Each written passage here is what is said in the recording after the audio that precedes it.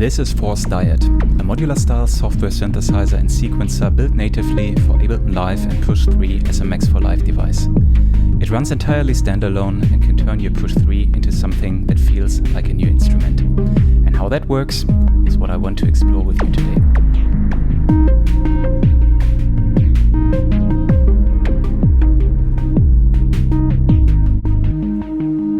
Hi friends, Miles here. It's been a while. I've been a little bit out of the tutorial game recently, but I'm really now getting back into it, and I hope you are with me on that. We'll start today with the Fors Dyad, which is a really interesting software synthesizer and sequencer that runs natively on the Push standalone, and I'll show you some of my favorite features, the way how I like to use it, and what I think is special about it. So let's get right into it. All right, let's start with a completely blank project. I will now load Fors Dyad here into the project. It's sometimes taking a while, and now we have Fors Dyad now here laid out. The first thing that you'll realize if we go back here to a classic MIDI clip, this is how usually a clip view, or basically the MIDI view, looks on the Push standalone. And what I really like about Dyad is that it completely changes the user interface and the way how you interact with the Push, making it completely adapted to the Fors Dyad. Fors Dyad is a synthesizer that can be used for percussive but also for melodic sounds, and it's basically divided into 4 different sections here. The white sections are the sequencers where you input your notes or your steps. And the blue ones are your modulation sequences. So you can kind of like modulate the notes that you put in here per step, which makes the device very interesting. This section here is dedicated to voice number 1. So if you go here into the menu, you can see here you have a voice 1 and a voice 2. And the first section is voice 1. The first section is voice 2. So I think very good usage of the layout of Push. Now, if we start it, you can see it's running, but we don't have anything currently input. So let's just put in here some notes randomly.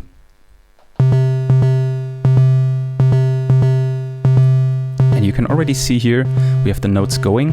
And now what we can do is we can change the shape here. Go to saw, square, triangle, or obviously a sine. Let's go to voice number 2 and do the same thing. Let's also go for a sine.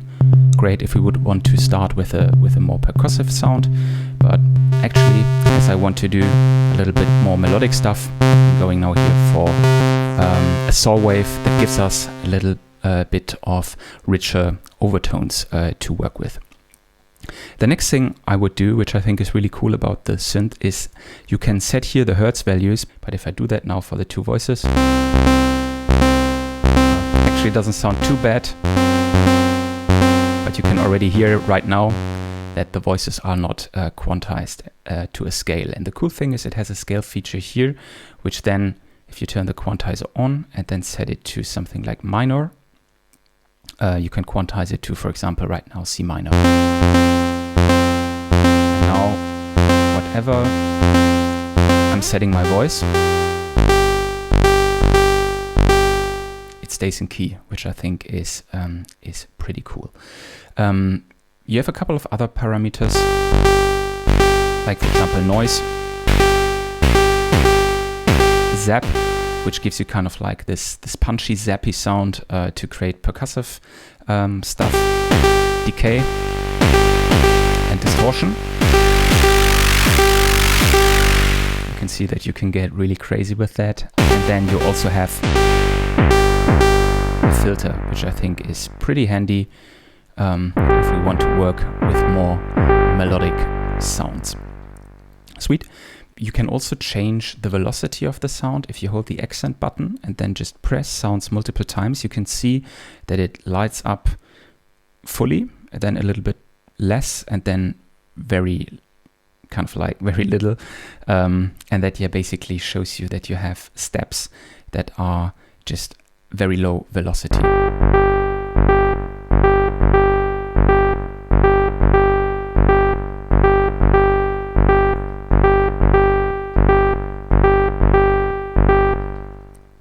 Okay, now what we can do, and what makes the synth really interesting, is the modulation lanes.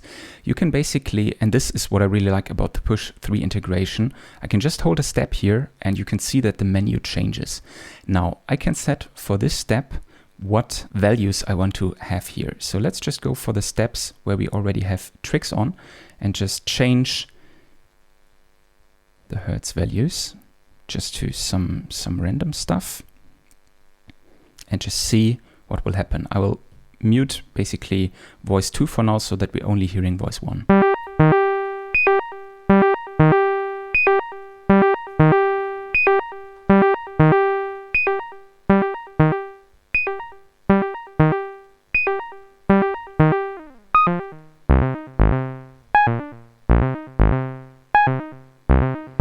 And this way you can start to create some really interesting harmonic progressions, especially now if you bring in voice number 2 and maybe fill in where voice 1 is not playing, and basically do now the same thing.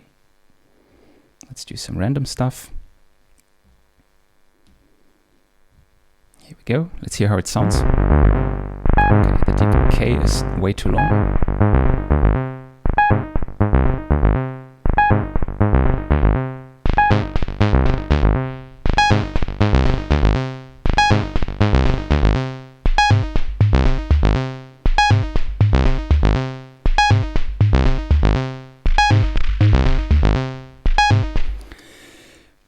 All right, now you maybe could already see here that it also has a randomize button. And this is really cool because you can actually randomize completely everything going on in these lanes. You can see here one is called random steps, random mod, and then we have the same for the second voice, random steps and random mod. So if you set random length, then the sequencer will also be changed in length, which I'll explain in a bit. And then you have also how the modulation is affecting everything. So now it would only affect the hertz, but if I set it to all, it would also affect the tone, the noise, the zap, and the decay. Another thing that I find amazing is, and this unlocks very new creative possibilities, is that you can set different length for these sequences. So each sequencer has a maximum of 16 steps, but you can actually change that to other values. If you hold select and now press a step here, you can see these ones are grayed off. Same now with these ones here. Maybe go here with 14 steps. Here we go also with, well, let's go with, I don't know, with 10.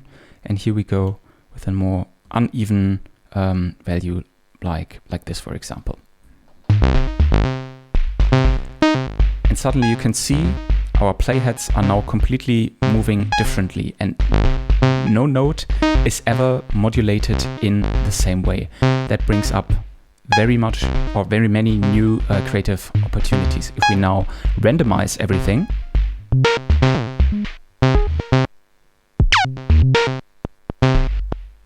we are already getting some crazy results. Now we can also randomize the steps, and whenever you hit on, it will kind of like put some new information into your sequencer randomly.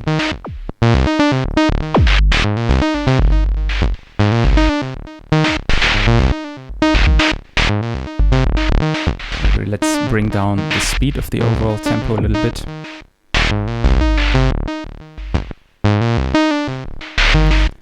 Yeah, in this way you can come up with really creative and fun sequences. All right, now I want to explore with you some patterns that I made using Dyad. This one here leans a little bit more in the ambient direction, and that's the one you've been already hearing in the intro. Maybe let's mute the bass, because the bass is actually it's just a standard wavetable device. And you can also see here, which I think is really cool, if I switch between a classic Ableton device and Dyad, it switches to between kind of like the two different layouts. Here you can kind of like see the classic way how you enter notes, and this is kind of like the Dyad way, which I think is pretty cool. Let's mute the bass. And all of the sounds you're hearing right now are made with Dyad. The first one here is a bass drum, very, very boomy. And I feel that the drums is something you can craft very, very easily with Dyad. You can see I'm also not utilizing any modulation here. It's just, I set the frequency, then changed the tone a little bit, added some kind of zap. With that you can give the drum even more punch. Then some decay, you could also make it shorter, like this. Some distortion, just a little bit, and then I cut out some of the frequencies because I wanted the kick drum to be very low. This is how it would sound without the cut. I think it actually, yeah, that's a great sounding kick that you can already work with very well. Then on track number 2, I created a little evolving hi-hat pattern, and here you can already see that I have different length of the different sequencers and also of the modulation sequences, which keeps the whole pattern always evolving and never staying the same. It's kind of like the same vibe, but the sounds are actually not really the same. And then for the melodic part, I added another instance of Dyad. It sounds like this.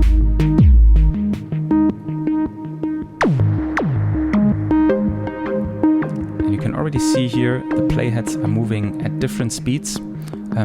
You can see the first one is set just to 1/4, which is why it moves slower than the other ones. And then we have also different length here of the modulation rows, which are then doing different stuff. Mainly it's modulation of the tone and the decay. Here we're also modulating the hertz, so the kind of like which note is played. And yeah, this keeps it really changing and evolving. So yeah, you can also get really creative with that. Another pattern I wanted to show you is this kind of like, I called it Hypnotic Techno pattern, where I made different instruments all with Dyad. The first one is the kick. You can see it, 4 on the floor, very punchy, obviously lots of distortion. And then on the second voice, what I did here, I created a little bit of a rumble bass, which I think sounds pretty cool. No modulation is used, but yeah, that gives you this nice techno groove. On track number 2, again, hi-hats. I really like these hi-hats because they're very lively, and you could do even more here. You could see here on the hi-hats, I'm kind of like utilizing a pattern where we basically have very soft hits in between, and then always on the offbeat, the hi-hat cuts fully through. That creates this nice driving effect. It also has retour on it as a delay. This is without it. And retour adds this little rhythmic thing going on in the background, which I think works very nicely here together. And then on track number 3, we have a little bit of a melodic sequence that also now invites for exploration. So we could bring up the distortion here. Maybe also go in, do some FM stuff.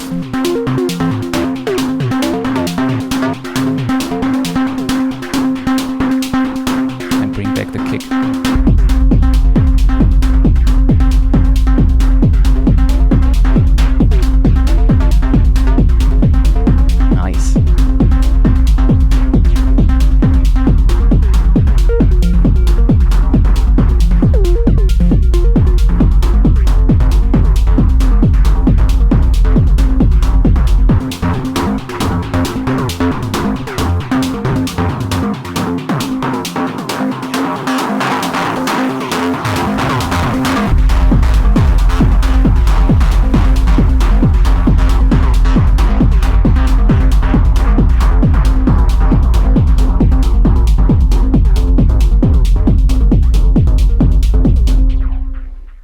You could see you can get lost in this very, very quickly. But yeah, I think it's just an amazing tool for sound design. And for me, it honestly changed the way how I use the push a lot, because this synth here, I just load on the push and then I start my sound design sessions. I sit on the couch, just put the push on my lap, and then just go and start to craft different things, because it's just so fun.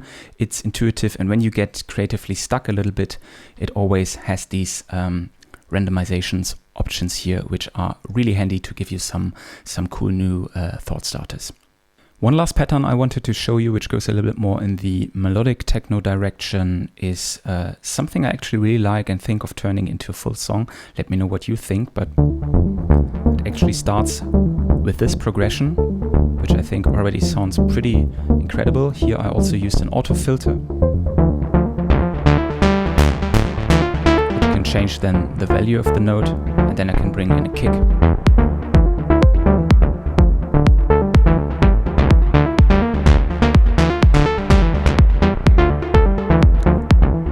Also features retour and a romp. Retour, as I said, is the delay device from Fors, and then we also have a romp, which is kind of like a reverb, which I think also can sound pretty great. Cool thing is, all of them are Max for Live devices, so you can just load them on the push and just use them wherever you want. And they are very intuitive and invite you to play around with them and get some really nice results.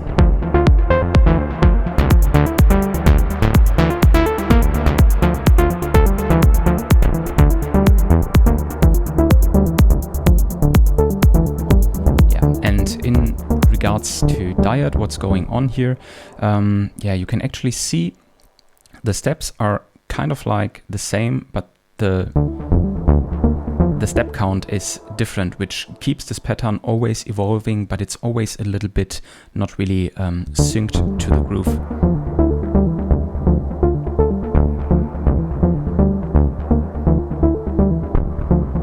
It's again this thing that I really like. It's the same sound family, so to say, but it's always evolving and changing, and I think this is what makes good harmonic progressions really, really good, because you can just feel that there's always something happening, something new. It's never repeating 100% the same, and this is something you can do on Dyad so easily and come up with some really cool ideas. And that's it on the Fors Dyad. I think it's a really interesting synthesizer, and honestly one of the most creative synthesizers I've found for now for the Push standalone. If you have some other suggestions, please let me know down in the comments, because I would love to explore more software synthesizers that work great on the Push standalone. But for now, Dyad is just amazing for me. I hope you were digging this video. If you did, a like or sub to the channel is always appreciated, and I can't wait to see you again in one of the next tutorials. Till then, stay safe and creative, and I'll see you. Take care. Bye-bye.